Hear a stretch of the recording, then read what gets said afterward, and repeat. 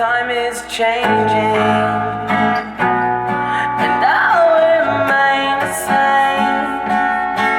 I'm just aging, and life's on the other side of pain.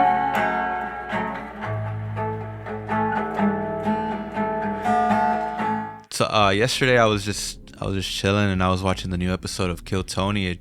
They premiere every Monday, so that's something I always look forward to, is the Kill Tony. For all you guys that don't know what Kill Tony is, Kill Tony is a comedy show.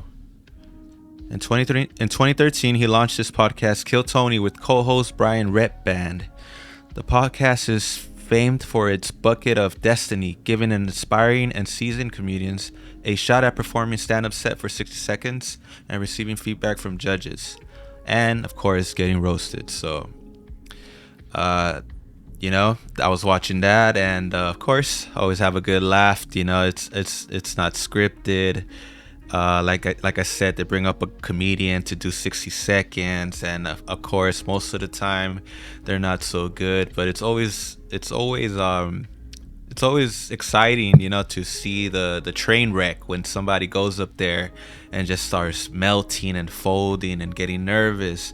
That's also entertaining. Like, Tony always asks the crowd, like, what do you guys like to see more? The people who come up here and bomb, or a comedian doing good? And everybody's like, when a comedian goes up there and bomb, that's the most entertaining.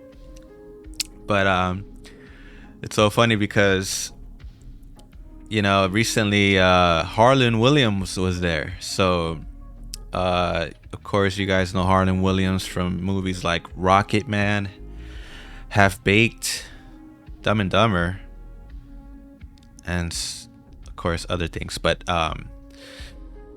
he comes out in it, and this guy is like a treasure, like one of those low-key 90s actors you don't hear about so much. But he comes onto the show and just starts killing it, like being funnier than ever. But I already had followed this guy before, like, he even came on Kill Tony. I was already aware of him, and I was listening to his podcast, and I thought to myself, man, this guy's so funny. He deserves more fame or something like that. But the funniest thing happened a couple weeks ago, before this whole Kill Tony blow up, right, Harland? But I was working. I was doing Uber, and I got an Uber Eats called like around 10 in the morning for Chick-fil-A, and I was right in front of Hollywood High. I was like, oh, okay, I'll do it. It was good money and quick ride, up around there, right? I don't want to give out where he lives and shit, but anyway, I pick up his food. It's food. I pick up the food when I get that call, and I noticed that the receipt says H. Williams. And I said to myself, I was like, what, Harland Williams? But just joking. And sure enough, I drive up the motherfucker, right, to get to the house. And I call him, because the instructions said to call him out. So I call him, and I'm ringing. And then I just hear a guy go like, hello? And I was like, oh yeah, for Williams? I was like, oh yeah, buddy, I'll be out there right now. And right when I heard him, I was like, oh shit, that's Harland Williams. I was like, this is the funniest shit. And of course he pops out, and it's him. And I'm looking at him like, oh, this is funny. I was like, I'm a fan. And then I tell him, I was like, Harland Williams? It's like, yeah, buddy, how are you? And then I say to myself, I was like, oh man. It's like, man, I love your podcast. I'm a fan. It's like, oh, thank you. And I go like, I don't know why I said this. I was like, can I get a picture? And he goes like, oh, no, I can't do that. It's like, not in my house. I was like, oh, I understand. So I go like, okay, all right, buddy, see you, all right, whatever. And I left, and I was just like, this shit is the funniest shit. And I just think it's so funny that I meet these people, Mm-hmm. Oh man, it was just so random. Like, and then of course he goes on to Kill Tony. It's like, motherfucker, I liked you before, like before you blew up like this, and you wouldn't give me a fucking picture. But I understand. Yeah. I met Bjergsen, former mid laner for TSM. The League of Legends fan base gets that one. But I met him, and that at that moment he was my favorite player, and I met him. That was so random, crazy. How do you explain that, JC? I don't think it's random. I think everything happens for a reason. I think that you had this interaction with this person because it just so happens that you were listening to his stuff and you're a fan, and working at an Uber gives you a higher probability to meet these people, opposed to like me working at Universal. I got to meet a lot of celebrities because it's a place where celebrities go. So the chances are a lot higher when you're doing Uber. I mentioned Alvaro because Alvaro talked about how many famous people he met, rappers, YouTubers, and stuff like that. So the chances are going to be very high doing Uber. And But I think to meet people that you admire, yeah. I mean, yes, I think it gives you. Okay, so if it was a percentage, what do you think that percentage would be in the world of like, hey, because you do Uber, you might meet your favorite comedian at the time, or maybe well, overall. because again, the chances nobody takes taxis anymore. So and especially given that, I mean, prior to this, I didn't know he lived here in Los Angeles.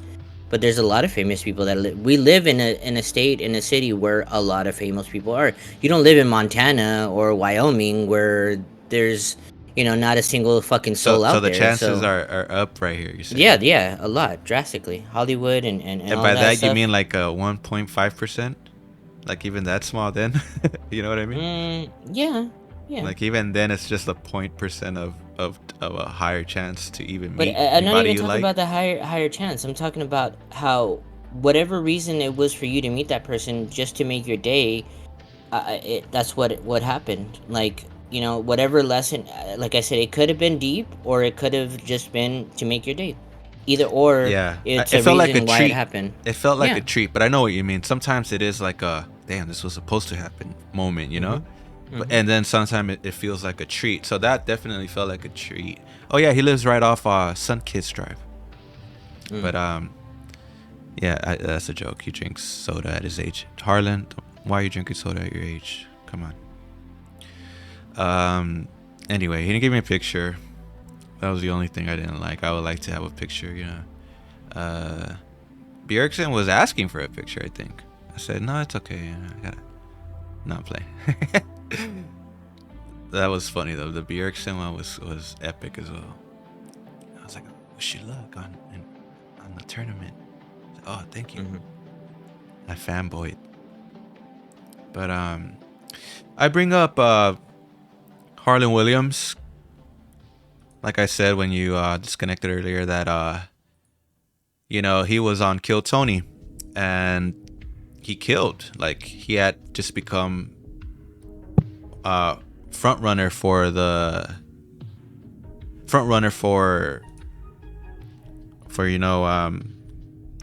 guest of the year. Guest of the year. And of course, he went back and forth with David Lucas. Has become very viral. David Lucas, Hall of Famer. Of course, he could, stand his ground. But, Harland Williams' comedy is just different, so it just added a whole different level of comedy to Kill Tony. So, I'm bringing that up because of Kill Tony. I started thinking of Kill Tony as well, and Tony Hinchcliffe. So Tony Hinchcliffe to me is like one of the best comedians. That the fact that he knows how to do it on the spot. I always believe the best of the best in anything could do it up front. So Tony, a lot of the times, he tells it all the time that the show is not scripted. So the random guest comes up, does 60 seconds. He starts to, roast them and stuff. The art of roasting itself is spontaneous. You have to know how to do it there and then. But anyway, it reminded me of, these comedians who end up getting canceled or are tempted to get canceled. So I got a couple clips here, and the reason I bring this up is it comes with the title of today's show is, can a joke ever go too far? Can comedy ever cross the line? That's interesting to me. But before I give my analysis, I just want to play a couple clips and, of course, hear JC's thoughts on this. and at the end I'll say what I think. But it's interesting. I want to hear people's opinions on this too. I hope you guys are interact with this one. So I believe this is the first clip, Tony doing comedy, and he makes a racist rant on Chinese comedian. So listen to this. How about one more time for the filthy little fucking chink that was just up here? While all you fucking race traitors are hooping and hollering, I'm back there watching you puking in a fucking bucket. Oh, we making a gunpowder. Oh, you want extra soy sauce. Oh, you borrow money from us. And you guys just eating it up, you fucking pussies. Look at you. What do you think about that? Too strong? No, not at all. I think I've even heard worse than this before. Yeah, to me, if you're in the comedy scene and the comedy world, this is normal. This is a cakewalk, huh? Yeah, this is something that they embrace and they understand. And that's why South Park has been able to do so good and so well, because those guys don't care. They'll go and push it to the limit and understand that this is part of the game. If you're not from the comedy world and you don't listen to comedy in that aspect, or you're just an avid listener where it just listens like every other day or whatever, you may find it, and it goes even deeper than that. Having the self-awareness of these things, it doesn't affect me anymore. So when someone says it's a racist rant, it's not a racist rant. It's just being funny. Let's keep listening. Fucking fake bitches in this room. I don't even want to make you guys laugh. I don't even like you anymore. These fucking Chinese people, they find out we have flying bats every night, and here they come. Ooh, flying super. This is a case of you're better when you're not writing your material. I think, like, this dude he just overthought this Chinese thing, though. Like, I get it, like, that's nothing, but is this funny? I don't know, you know? I don't think it's funny. That's the difference, is you found yourself in a place where you're not funny and you're being racist. So to me, it's like, and by being racist is you're stereotyping a certain people. So to me, it's just like, in this clip, he's not funny about it, and now he's in over his head. So he's finding a way to. He said, "Fuck it, I'll just go extra hard." And you guys just eating up the liberal chicks, just holding strong. Can't even smile at this, huh? No way, we can't even bend. This guy's being serious. He must have hate in his blood. We live so far east of the 35. How can I look my Asian nerd barista in the eyes tomorrow if I laugh at this? Fucking pussies everywhere. I'm so sick of this fucking... What'd you think about that ending? So again, I don't take any offense to it because... But is it funny? Yeah, it is funny. Okay. I think it's hilarious. I don't see anything wrong with it. I'm not laughing right now because I'm trying to be serious about what we're talking about, but at the same time, it goes both ways. Chinese people make fun of American people make fun of Chinese people, Mexican makes fun of America makes fun of Mexican. It's a give and take. Yeah, now, black guy makes fun of white guy makes fun of black guy. I'd understand if it's directed on one side and one side only, and the other side does never say anything bad, but that'd be dumb because it doesn't happen that way. We don't live in that type of world. Okay, so that was Kill Tony cancellation attempt, but of course they failed, and I think Kill Tony just became the biggest live podcast in the world. So you feel me? Let's give it up for Kill Tony. This is my favorite show on the fucking internet right now. Comedic podcast, not the biggest podcast in the world. The biggest live podcast. That's Joe the Rogan's title. still... They're not sorry, live as in like a show. Live. Oh, okay. Not I know Joe Rogan is Joe Rogan's another story, but anyway, yeah. So that was the attempt on Tony to cancel him.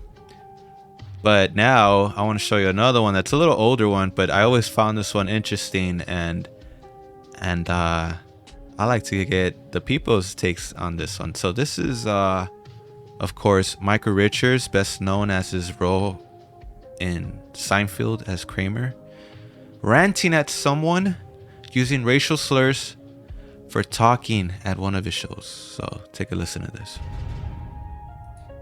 Shut up! 50 years ago you had your upside down with a fucking fork up your ass! You can talk, you brave now, motherfucker! Roll his ass out, he's a nigger! He's a nigger! He's a nigger! Oh my god. A nigger! Look, there's a nigger! Ooh. Alright, you see? It shocks you to see what's buried beneath your stupid motherfuckers! What was it called for? It's not called for you to hear on my ass, you cheap motherfucker! Thoughts? Well, again, if this was at a gas station, I think it'd be weird. I would say, what's wrong with that guy? This is at a comedy club. No rules are given in a comedy club. It's an all goes, no hold bar type of place. So it's all about where this is being taken place. Again, if it was in a random place and you see this guy saying that, I would say, yeah, this guy's weird. It's wrong for him to say that. You shouldn't be saying things like that. But it's at a comedy club, so it's freedom of speech. He's allowed to say whatever he wants to say because this is the people that are there. This is what's being and he's not the only one. There's several people that say these things. So for him to be like the only one to ever say these things, no. He's one of many that talk like this. Okay, let's keep it plain. You guys have been talking. I don't know. This guy's going What's nuts. the matter? Is it too much for you to handle? He's coming. They're gonna arrest me for calling a black man Comiga. And for the next 2.5 minutes, he continues that tirade. So, Michael Richards, this is a famous one. This was from years ago, but I'm looking at some of the comments. They're fucking funny. It's like, if cell phones didn't exist, this probably would have been an urban legend. And then quote unquote, Jerry, I messed up big time. Quote unquote.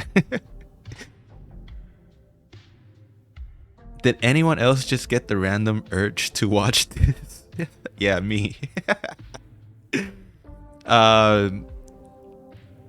Okay, when this is kind of the topic of today's, episode is can a joke go too far?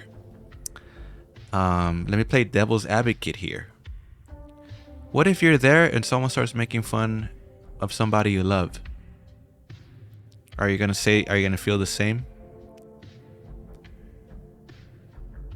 Again, I'm asking going how into you gonna feel. Yes, if I know I'm going to a comedy club and I know the Yeah. comedian and I know how he is, Yeah. no, I'm not gonna get offended if he starts making fun of me or the person that I'm with.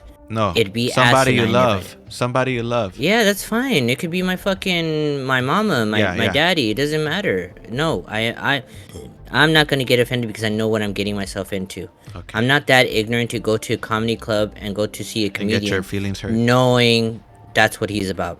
Yeah. I think that with the Michael Richards, it was just kind of uncalled for. I think that's the thing. It's like he's not known for calling black people the N-word. You know what I mean?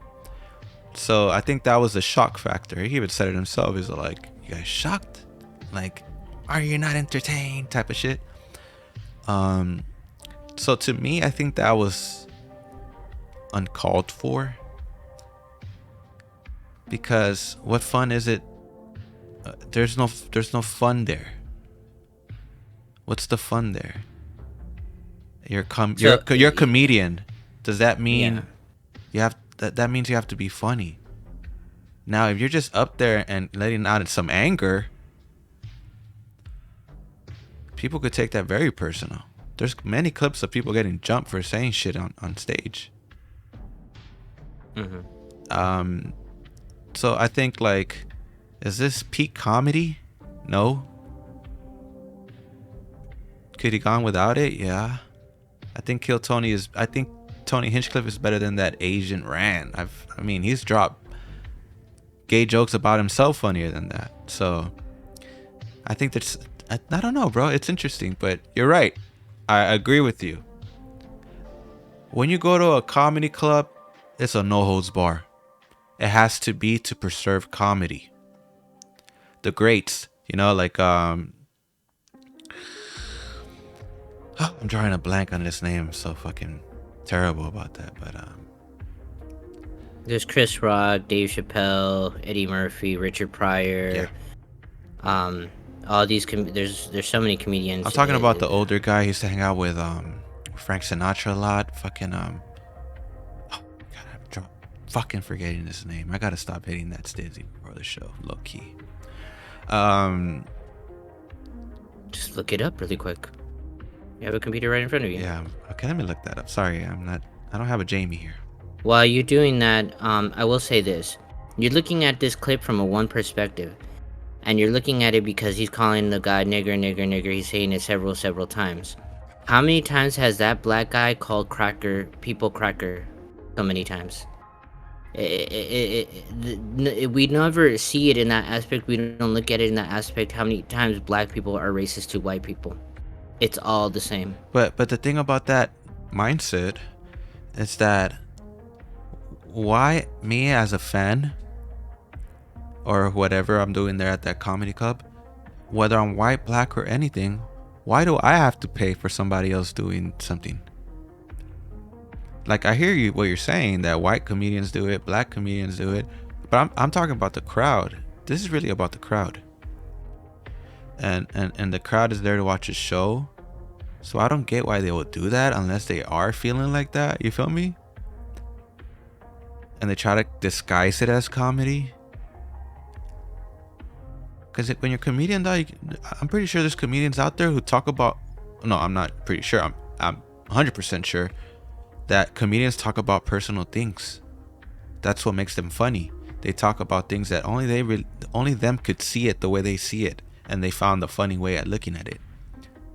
Sure. So, can you be a comedian and not have to say these things? Sure. There's plenty of comedians that go about making comedy and don't involve racial things in it. Sure. There's a lot of people. There's that do funny that. racial stuff. There's a lot of funny racial stuff. But that goes into it's all on the table. Yeah, it's all it has to given. be. So there's going to be the extreme and there's going to be the minimalist. Yes. There's not just one or the other. And they're both funny. It's, The extremist is funny too. I could see it being uncomfortable. Yeah, if I was there, I'd be like, "What the fuck is going on?" I'd be like, well, like, yeah. It all depends on how he's delivering it too. Like, it could look a little weird and be like, "Oh yeah, maybe he is just pissed off at black people and he just wants to take it out right now." Sure, You know what I mean? but not all the time. And also, comedians have to go through a lot as well. There's a lot of things. They get heckled a lot. They get made fun of a lot too. They get threatened a lot for saying certain things. So.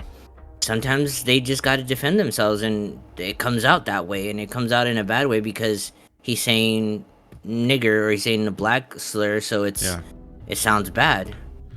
But I think it's a given. Yeah, no, you definitely there is no rules in comedy. I'm sorry, they cannot be. You know, it needs to be unbiased, and unbiased is we cannot take your feelings into consideration because everybody is sensitive about something. But the guy I was looking for is rest in peace Don Rickles. I cannot believe I forgot his name, but Don Rickles, like, this guy used to just come out in the 80s. Like, he was already an older comedian in the 80s. My guy was born May 8th, 1926. American stand-up comedian and actor. He became known primarily for his insult comedy. He was one of the first, you know what I mean? Of course, he did a lot of movies. He was real good friends with Frank Sinatra. He told a lot of Frank Sinatra stories. Don Rickles, one of the best, dude. There's a clip. I gotta show it to you. Real quick. It's just so funny. And this was all improv. That's the funny part about it.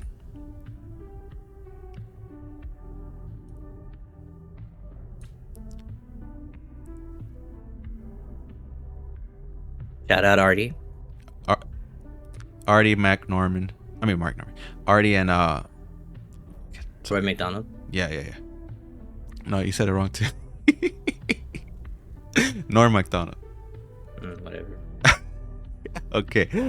So this is Don Rickles flaming Norm McDonald, right? I get his name confused with Mark Norman. Sorry. Norm McDonald and Artie Lang. He was roasting them in this movie. They're like looking to work at a movie theater, but. So there you are, Tubby. You look like a bucket of lard on a bad day. You baby gorilla. Why don't you work a zoo and stop bothering people? Got a call yesterday from Baskin Robbins. They said that they're down to only 5 flavors. You're swelling up as I talk to you. Look at you. How's this? How's it doing? Hello, ice cream. Having a good time? Running around? What are you laughing at? Because I called your friend a fat pig, huh? You think that's funny? Oh, no, I was just laughing earlier when you were talking to his belly. Did you get a horse and live in the mountains someplace and don't bother anybody? Got a personality like a dead moth. Okay, the fun's over. Anybody messes this thing up for me tonight is through. Oh man, so funny. But yeah, rest in peace, Don Rickles, man. That was Howard Stern's one of Howard Stern's biggest influences. But roasting is a big part of comedy. Yeah. And that's why they do roast all the time. The most recent one was about Tom Brady. And they always have the discussion of what goes too far. If we're going to go back to the subject of what can jokes go too far, sure they can. But then they wouldn't be, it wouldn't be as epic as what it was supposed to be.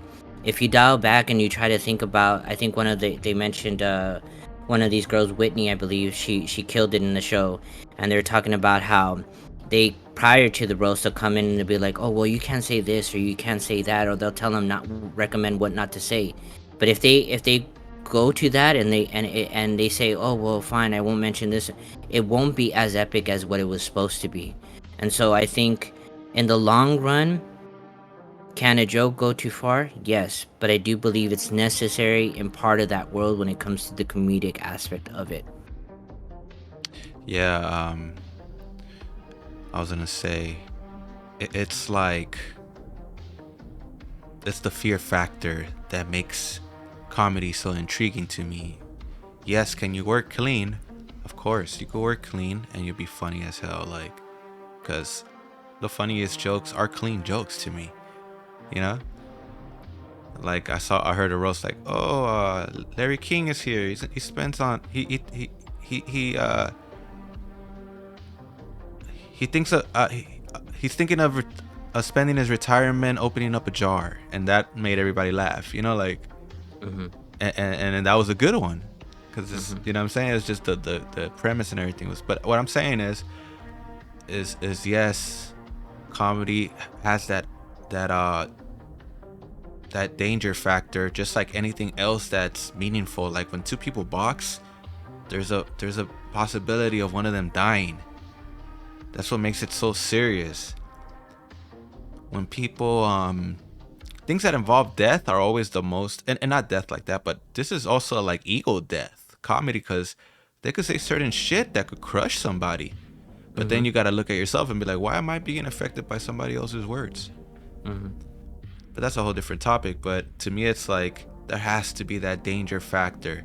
You know, David Lucas, he gives us an example of that here when you know, the black community tries to cancel him for disrespecting George Floyd. So I want to get your thoughts on this too. And you wanted to show them the reason George Floyd got his neck nailed off.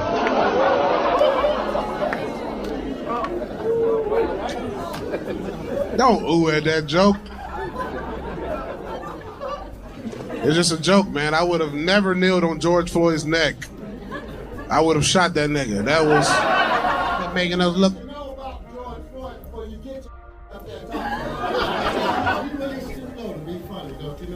It's called comedy, nigga. How many more black fans I gotta hear that might leave?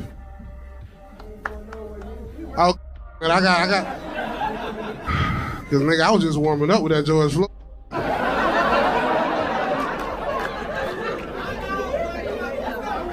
You ready to go? All right, baby.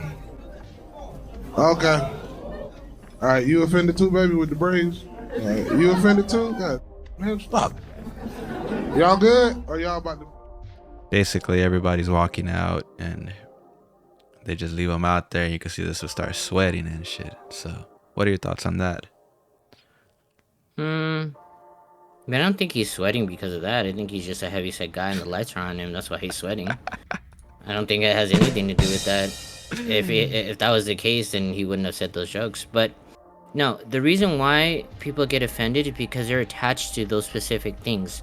Those people are attached to the George Floyd story, so that's why it affects them.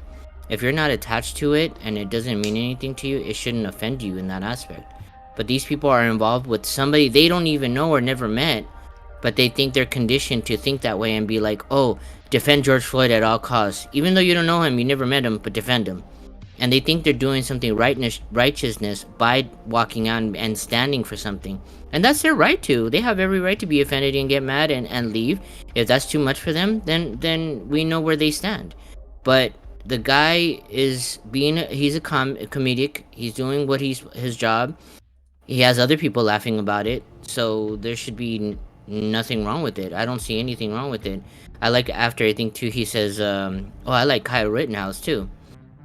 And I think that was funny. That started making me laugh because it's just adding more to it. And it's like, of course, people are going to be like, what? Like, what do you mean? And even more so that he's black, too. So that's what people get offended is like, oh, you're black and you're going up against the black community? That's fucked up. But no, he's just telling the truth. These things are... The truth is always, always going to hurt no matter how you put it. Yeah, man, I mean... He even said it, he's like, hey, it's comedy. Fortunately, comedians out there, unfortunately, it is comedy in a sensitive world. And if the people are buying, at the end of the day, it feels like if this comedy thing gets too big, that the big brother's gonna end up having his hands in it and just make it go to shit, They're gonna start numbing it down. They're not gonna let you do certain jokes. Netflix is interested in Kill Tony, but Netflix is not letting it all slide, So they're gonna tell him, hey, I don't want to hear talk about this. No more jokes about this. Netflix is the one that put the Tom Brady roast together, right? I know, but look at everybody that was out there. Even Tony Hinchcliffe had a funny joke about that. He goes, it was a black lady, like a dyke or something, or a stud, I don't know what the hell you call him, but he goes like, oh, a black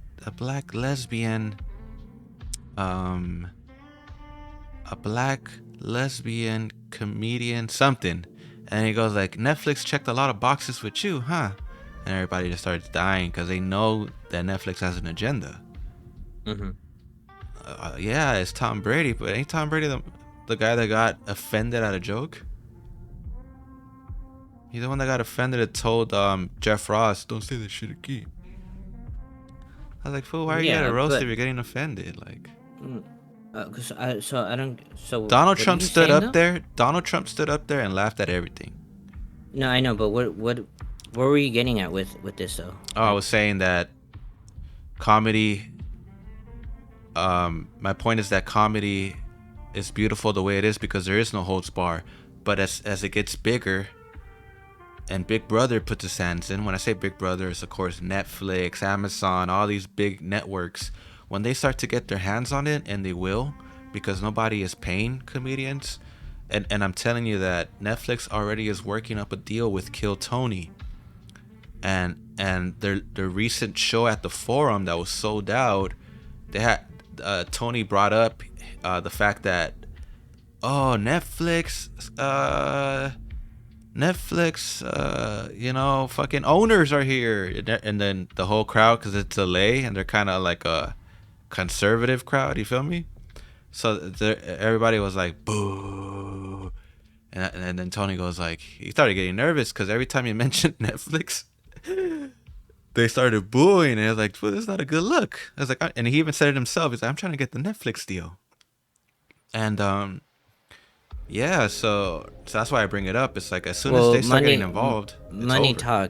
money talks, and if they offer him Oh yeah. ridiculous amount of money, no matter how much censorship they may have towards it, he'll take the money. Exactly. So I think it's headed that way, you know? It's like the Avengers. They're making just things that they know are gonna sell, and they're not taking risk with crazy shit.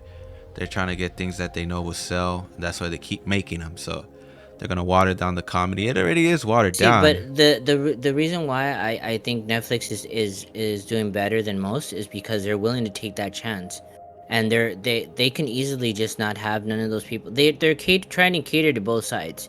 They're like, okay, we'll have the lesbian black agenda, we'll have that, but we'll also have the other side as well. If these people want to talk about the black lesbian agenda, then by all means let them talk. They're going to get the views anyways. The Tom Brady roast was like one of the most high views. I think, I don't know how many millions of views they got, but they got the attention that they wanted. Yeah. So to them, the attention is much more valuable than getting canceled. So you think that the attention is more valuable than their beliefs? Yeah. I believe that too. Absolutely. Like even money would take over them. You know what I Yeah. mean? Like money would make them change their tune. If somebody bigger comes along, go like, hey, you got to play. Hey, you want this show? Shit, this is what it is. You know, like. And no, that's crazy. I love that show. I don't know. Do you ever watch Kill Tony? I watch it once in a while. I'm not. I'll tune in. I'm not a big fan of it, but I listen to Joe Rogan, and he has all of them on there. Yeah. He'll have Tony. He'll have all his favorite comedians. David Lucas. I like Kill Tony because Red it Band. is. He's put a platform for other people to get famous, and I think that's what everybody likes and everybody enjoys. Yeah. Is that he gives the opportunity for these people that are nobodies to become somebody. And several people that have gone to their show have become somebody. Yeah. And I think that is a beautiful thing, and I think seeing that again, it's going to come with the ridiculousness. It's going to become with the roasting is gonna come with. I think he had on with some girl recently. I followed her on Instagram. I thought she was pretty funny. She was on a wheelchair, and Kilton's like, I think you're the hottest. You followed girl I've ever her? seen. Yeah. Oh, you got a crush on her? I thought she was cute. Yeah, she's funny. And I just thought it was I know funny. who you're talking about too. Yeah. So you do watch Kill Tony, motherfucker. Yeah, I do. Give it up for Kill Tony then. So yeah, I think it's a great show. It's a great Hold on. I'm more interested in this side quest, love story of yours. Well, That's it's not a very. love story. I mean, just- that's very interesting. Like, I saw her too, and I thought the same thing. You know, I thought she was cute and everything, but I didn't go ahead and follow her. Yeah. So Okay, but that goes back to what we were talking about earlier. I'm not gonna 100% support her all the way, but I gave her the follow to help her. Even though it was one follow, Yeah. but maybe that will boost her. Hold on. And that will help her. Did you and- follow her to help her or to help yourself? No, I followed to help her. What? She's not gonna do a goddamn thing for me. You What's know, she gonna you know do what I for mean? me? Help yourself. No, dog. It's not like that. It's not like that at Thank all. you. I am Not a one bit. comedian too, guys. I'm gonna be on Kill Tony soon. Anyway, no, I'm just playing. I just thought that was funny. But yeah, like that girl. I thought she was funny too, bro. I actually thought she was funny. I heard the set and I was like, oh, that's cool. I like the moment she walked up, she was like, we could talk about it. That just cracked everybody up. Like, and I just It's embracing it. That's Yes. what makes it, you know? but without even saying it, like she literally just walked up and everybody's like, girl in a wheelchair, you know? And she knows that, so she goes like, we could talk about it, and everybody just starts laughing. So she had a good sense of humor, and she was talking about how they had to carry her everywhere because there's no fucking stairs at these comedy clubs. I mean, there's no elevators or any type of ramps. Wheelchair Yeah. access or anything. Yeah, so they had to get people to carry her up and down, and I thought that was crazy. But I think she has a boyfriend though. I think she's with somebody. yeah, that's right. No, it's cool. I think I did that one time. I saw this white chick, thick, and I was like, who's that? So of course I did my Googles and found her. But then I kind of woke up one day and I was like, what am I doing? I unfollowed her. Yeah, but I'm sorry, Michael, but that's because that's a You don't have to be lust thing, sorry, though. dog. Like that's If you want to follow girls, you don't have to be sorry about that's but yeah, no, but that's a maniac thing though already. Like I follow Why is I that a followed lust that thing? Do you because I follow followed girls? listen, hold on, let me get there. You're interrupting me. I follow girls, yes. I do find them attractive. Yes, I do think they're cute. But at the That's end, in the lust. long run, that no, because I'm not thinking, oh, how am I gonna get to fuck them? I'm not That's thinking that either. lust. Yes, you are. You're going already in You're that putting aspect. If you're words in going my as far, mouth. if you're going as far as, oh, I gotta unfollow them, your only thought is a sexual thought. What do you mean I gotta unfollow them? You just said, oh, I had to go and unfollow her. No, I said after one day I just woke up and said, why am I following her? And I unfollowed her. Yeah, because you followed her for the wrong reasons. You followed her because you thought it was more of a sexual thing than a thing that it, brother. Okay, well, I didn't But follow am that I girl because thinking it's a how am I sexual gonna thing. hit? No, I'm realistic. I'm Well, not your living brain in a down there says fantasy. otherwise. Your brain down there says otherwise. If they're comedians, you think I'm thinking how am I gonna meet this comedian that came out and killed Tony? Is that what you think my mind process anything is? is possible. Anything is possible. I think you might think that way. I'm realistic. I'd be like, nah, that's not gonna happen. But I think she's hot. I'm gonna follow her for a little bit. Right, you never thought you were gonna meet Henry Williams, and yeah, you did. Come on now, stop. Harland Williams. Harlan, Henry, Henry Michael, the doesn't matter. Fifth. Oh, so you're saying I just got that power? If anyone's gonna meet him, Michael, it's gonna be you. Again, it's possible. It's not impossible. If anything's gonna roll your way, it's gonna be your way. But Sure. Yeah. No, I thought it was funny, but no, you don't get offended. I just thought it was funny. You're following the wheelchair girl. That's it. You know what I mean? Give her I'm not. I'm. give her a I'm round of the applause. first. I'm the first. I went as far as going on Craigslist to try to meet a girl to have sex with her. I'm very open to it, and I'm very aware of what I do. But again, from what I've learned, if I follow a girl, it's not because I'm thinking I'm trying to fuck her or bone her or any of that. If I follow her, What for a about reason, just yeah, for I like think eye she can. candy? Yeah, there's girls that I follow because of that, and there's some But girls that's that what I don't. do. I'm not thinking I'm gonna hit. I don't even go out of my way to message them. So to me, it's an eye candy thing for It's sure. the start, though. It's the start. It's the idea. Oh, that I have lives no there. positive intentions with them. That's for sure. I mean, I'm honest with myself. I know that it's eye candy, as their fucking 30K followers are. You feel me? As you reposted some girl from UCLA I on your love story. her. Yeah, you know what I mean? Like you did that in hopes that got her maybe she'll attention. see it. She did see know, it. No, well then there you go. Just There see, you she go. messaged me. She said she wanted to go out for coffee. I was like, I'm gonna be real with you. It's like, your brother's You're not NBA being real with the star. audience. Your brother's NBA star. Food can probably kick my ass. You know what I mean? So nah, like I can't do it out of respect for the first Mexican player. I can't do it. That's Jamie Hack's sister. I actually always thought she was cute. That's the only reason I always followed her. But How old is she? she is like 22 or something. That's not an she's issue she's for in you? UCLA. That's not an issue. leaving. How old are you? 34? 34? That's not an issue. That's not a big age gap. Hell no. Other people would say 22? otherwise. 34, that's a 12-year gap. I mean, listen. I'm not okay. I'm not saying I'm looking to date a 22-year-old. I'm not saying that. Yeah, but if it was available, you would. I mean, wouldn't we all? I have, Michael. Again, you're Oh, talking. shit. You're coming. My last girlfriend was 20, 21, 22, and I'm 33. So yes, I say these things because I've had these things happen to me, and that's why I bring it up because it needs to. But it's funny there's because it's funny because you make it sound like you're like judging me, but then you go like, you would if the opportunity presents itself. You Yeah, would. because you're. And I'm all not like, being, I mean, wouldn't we all? I was like, that's what I'm saying because I did it. And I was like, what the yeah, fuck? but you're not. So You're why- not being on. You're not being honest with yourself. I'm not looking for it, but would I go? Yes, anybody would. I mean, I'm being honest. I don't see I'm hiding anything here. What I'm trying to say is, Yes, we follow girls for eye candy. Only delusional people follow them thinking that something could happen. But have we all before, or at least me, speaking from my side, have I followed girls thinking something might happen? Yes. Did something happen? I don't kiss and tell. Okay. But yes, we do it. I mean, I don't see why you bring it up, but then it's funny you bring it up because then after you say I do it, it's like, okay. Yeah, because I'm not ashamed of it. I understand it is what it is. It's happened already.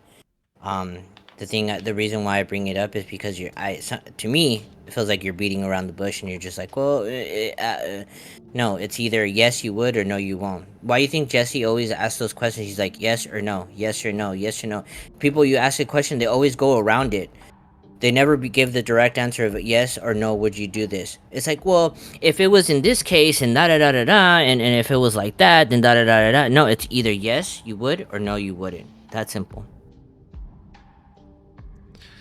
Let your yes be yes and your no's be no's. All right, I'll give you yes and no answers. Okay.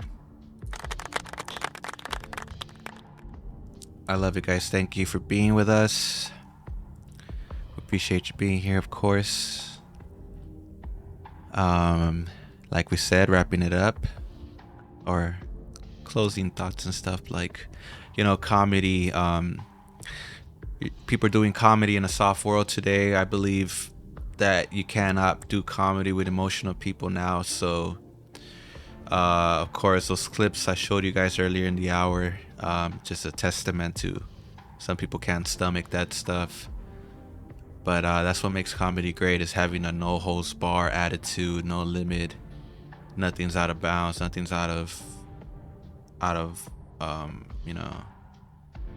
everything is in there. You leave everything in there for the sake of being funny. We all know we could make fun or lighthearted things about heavy moments. We could make jokes about things that felt so real to us at one point. Like, I'm pretty sure all of us look back at some of the things we do and we laugh at them, even though at the time it wasn't funny at all. But I mean, that's what comedy is, So comedians are doing what they're supposed to do.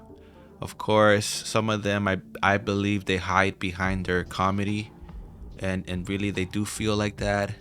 I think the Kramer one was a good example of that. I don't think that's comedy. I don't think that's funny. If you want to call that funny, then man, that's a weird sense of humor. But I think the Tony Hinchcliffe was more lighthearted, funny stuff, but he didn't just go on a racist tirade. He was kind of try to be funny with it, but Tony, stick to freehand. You're better when you don't think about it. Yeah, appreciate you guys for being here. JC, closing thoughts? Comedy is a thing that's always going to be offensive. There'll never be a period of time where comedy doesn't offend anybody. And sure, you can say now we live in a more softer world, because of the time that we in with technology and cell phones and people being able to see all these things more up in front than they used to in the past. If you would go to a comedy club, you wouldn't be able to record these things. And I think that's why Joe Rogan at his mothership comedy club, he doesn't allow people to record on their cell phones. I think it's an intimate moment. It's a private moment when you are there with the comedian and they're doing a show. And then later on you can talk about it. But now that people are recording and posting these stuff on TikTok and Instagram, it has a larger audience, and a lot of more people are going to see it, and people that are not used to these things are always going to find offense to it. So there's never, as we learn and as we grow up, we're never going to be able to please everybody. There's always going to be somebody offended or somebody going to be bothered by something. Oh well, tough shit. And I've learned that myself, and I had to deal with these things on my own, trying to please everybody and make sure everybody's happy. It is what it is. It will be what it will be. Surrendering has been one of the most difficult things, and letting God control the aspect of life has not been easy, but it's something that we must do if we want to live a better life.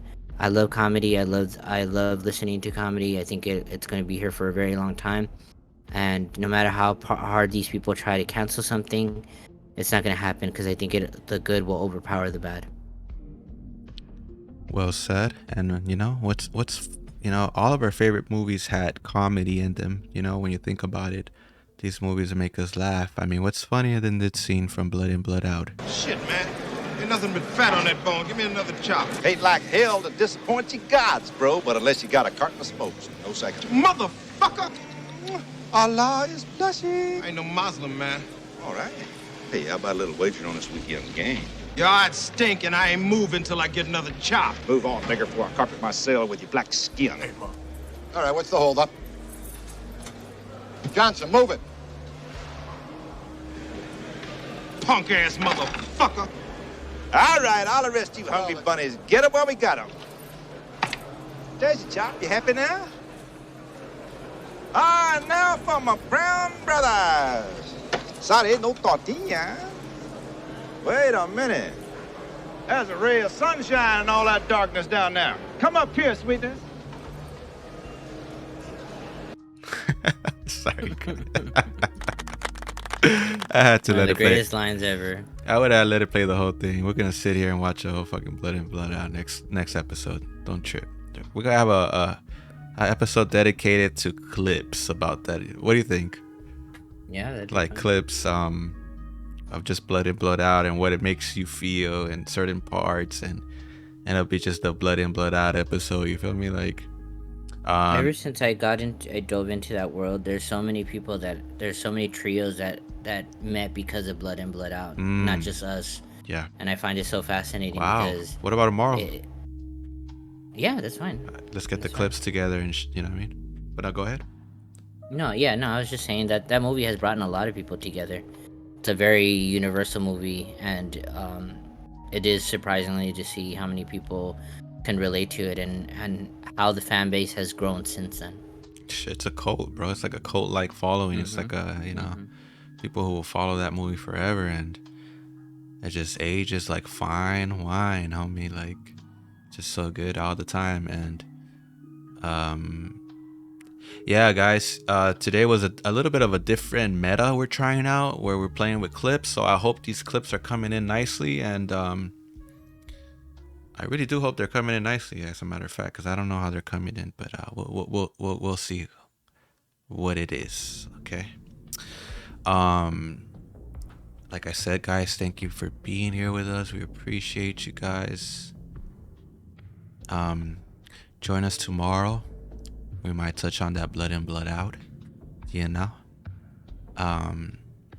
We'll have Brandon with us tomorrow. He's shooting a film with Alex Titan. Caesar wanted to join today, and he let us know too late, but yeah. I don't know if you want to have him on the next one. I'll give him 4 minutes right now. I say, wait. Tell him if he wants to come on, shit. We're already on. It's already too late, though. Okay. Okay, give it a round of applause. It's like 89 degrees today. Yesterday Mark gave us the weather report, so we don't need that today, but I do need his closing thoughts. You know, as far as my acknowledgement, everything seems professional.